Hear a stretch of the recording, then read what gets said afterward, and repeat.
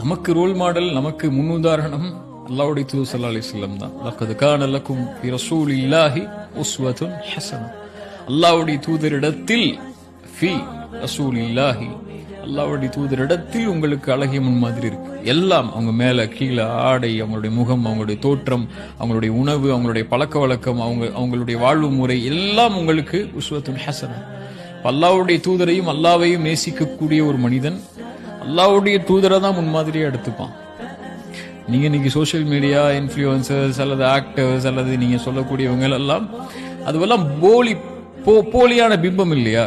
அவங்க வாழ்வு முறை வேற, அவங்க உங்களுக்கு முன்னாடி காட்டுறது வேற, அவங்க வெளியே இருக்கிறது வேற, உள்ள இருக்கிறது வேற.